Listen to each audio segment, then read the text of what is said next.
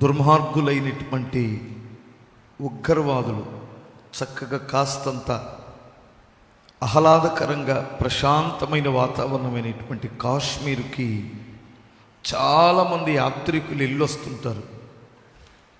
కాస్త భార్య బిడ్డలతో కాస్తంత రెస్ట్ తీసుకోవడానికి, ప్రశాంతంగా ఆ ప్రకృతి సౌందర్యాన్ని ఆస్వాదించడానికి మన దేశంలో అందమైన ప్రాంతం కాశ్మీర్. కాస్తంత ప్రశాంతంగా ఉందిలే, అక్కడికి వెళ్ళొద్దాం అనుకున్న టైంలో దుర్మార్గులు అక్కడ దుర్మార్గపు చర్య చేయడం మనందరం విన్నాం, టీవీల్లో చూసాం. నిర్దాక్షిణ్యంగా అక్కడికి వెళ్ళిన పురుషుల్ని, మరి ముఖ్యంగా దుర్మార్గం ఏమిటంటే మతం అడిగి చంపడం.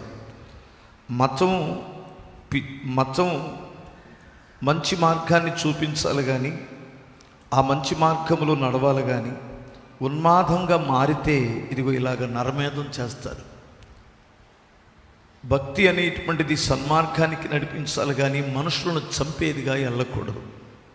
అది ఏ మతమైనా సరే.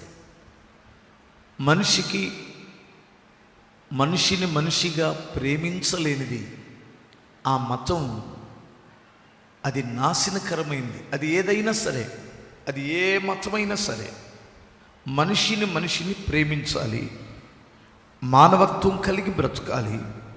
అదే దేవుడు ఏర్పాటు చేసిన మార్గం. కనుక ఆ కుటుంబాలు తలుసుకుంటేనే గుండెలో పిండేసిబడినట్లు ఉంటున్నాయి. ఒక జంటకి కేవలం 6 రోజులు పెళ్ళి,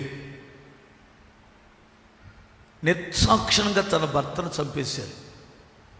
ఒక ఆమె చెబుతుంది, అక్కడ కొంతమందిని కాల్చి చంపేస్తున్నారు. ఆ కొండ చర్య, ఆ కొండకి ఆ చివరి అంచులో ఇల్లున్నారు. భర్త చెప్పాడు, మనం ఇక్కడ అలాగే నేల కరుచుకొని పడుకుందాం, వాళ్ళు దాటిపోతారు అని చెబితే ఆ భార్య భర్తలు ఇద్దరు అలా నేల మీద కప్పల్లా కరుచుకొని పడుకున్నారట. ఇక దాటిపోతారులే అనుకుంటుండగా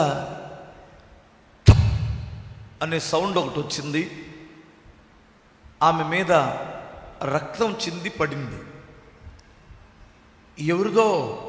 ఎవరినో కాల్చి చంపేసి ఉండొచ్చు, నేను నా భర్త ఇలాగ ఉన్నాం కదా అనుకొని 1-2 సెకండ్లు 3 సెకండ్లు ఆగిన తర్వాత ఒకసారి కళ్ళు తెరుద్దామని అలా తెరిస్తే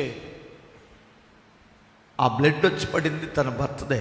తన భర్తను కరెక్ట్గా తలలో కాల్చేశారు. అక్కడికక్కడే చచ్చిపోయాడు. గుండెలు అంశేలాగా ఏడ్చేసిందట. ఇంత దుర్మార్గం మరి ఇంకెక్కడా ఉండదేమో. ఆ నరరూప రాక్షసులని చెప్పాలి, అలా మనుషుల్ని, అమాయకులను చంపేటువంటి వారిని. ఒక్కసారి మనమందరం చేతులెత్తి మన దేశ క్షేమం కొరకు, మన దేశ విజయం కొరకు, మన సైనికుల కొరకు, ఏ యొక్క దుష్టుడు ఈ దేశం మీద కన్ను వేయకుండానట్లు, ఈ దేశమంతా సస్యశ్యామలంగా ప్రశాంతంగా బ్రతకాలి. శత్రువు గుండెల్లో భారతదేశం యొక్క పేరు చెబితే శత్రువు గుండెల్లో వణుకు పుట్టాలి. భారతదేశం పేరు చెబితే శత్రువు గుండెల్లో వణుకు కలగాలి. ఈ దేశం మీద దేవుని కనుదృష్టి ఉన్నట్లు ఒక్కసారి మనము చేతులెత్తుదాం. వారు మతం అడిగి చంపారు అంటే మనకి మధ్యలో చిచ్చు పెట్టడానికనే సంగతి భారతదేశ ప్రజలు గ్రహించి అందరూ ఐక్యమత్యముతో శత్రువుని ఎదుర్కొనే స్థితిని దేవుడిని అనుగ్రహించలాగున ప్రార్థన చేద్దాం.